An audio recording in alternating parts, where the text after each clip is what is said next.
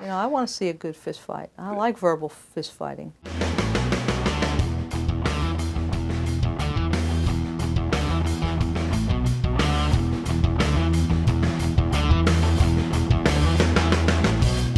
I'm Natalie Davis. I'm a professor of political science at Birmingham-Southern College here in Birmingham, Alabama. 2 weeks ago, I would have said that this was a Huckabee state. It's strongly conservative. It has a large segment of the vote which is evangelical.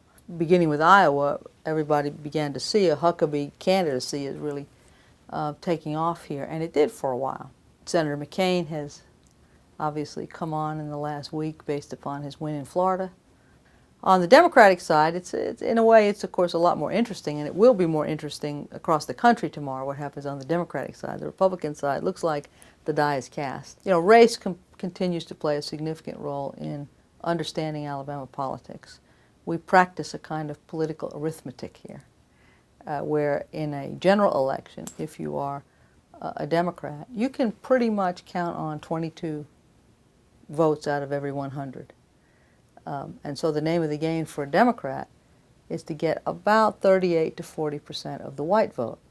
You do that, you win. The Republican candidate writes off the black vote.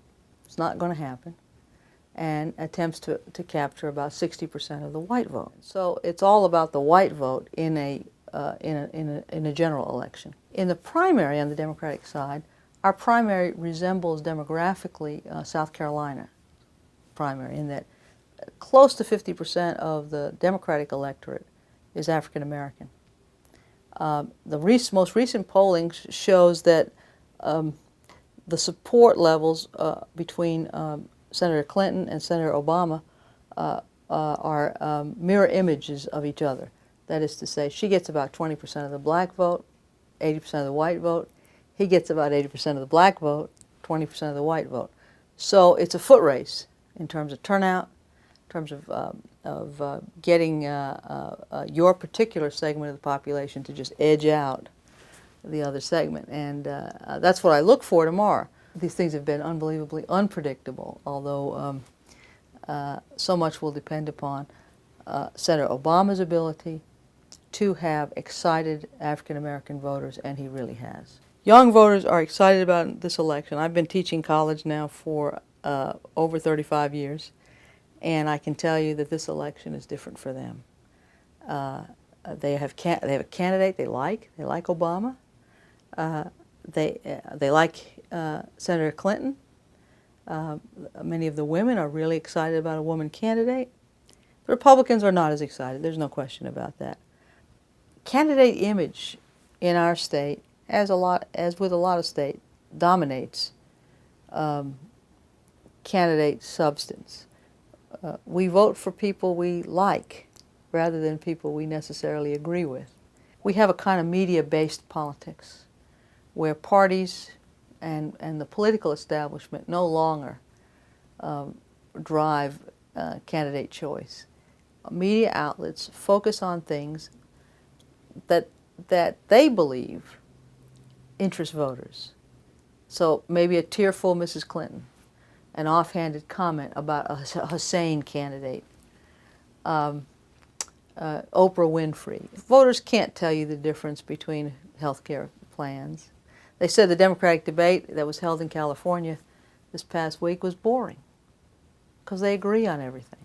You know, it's really hard to drill down and to get voters to be interested in the substance of policy, which is regrettable. I don't know what you do about it, because we live in an age where people want to be entertained.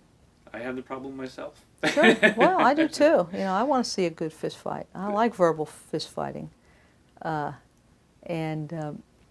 think the other aspect of this, which is a little different than looking for the sensational or the cute, is the question that since candidates are aware that every word they say, every gesture, do they turn their back at the State of the Union address, or do they forget to shake hands in a warm and loving way? All of these things can be captured by you guys. You know, they're likely to just be like this and not give you anything. what we really don't know yet is whether elections can really result in candidates and office holders who have a basic understanding of what voters are interested in. You know,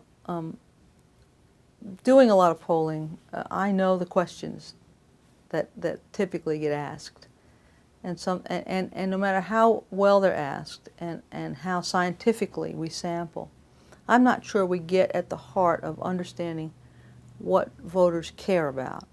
We talk about apathy, and we talk about voters who don't care and how they don't vote and all this stuff. Well, I think it's incumbent upon candidates to give them a reason to get out of their chair on a given Tuesday morning and go vote. Many times there's no reason to vote. If government does not deliver to me, does not somehow improve the quality of my life, my children's lives, my grandchildren's lives, my community, then why the heck would I vote? Presidential elections are the only time when the entire citizenry gets up and affirms that they believe in this system we have. And so that's a good thing, but I think that's not enough.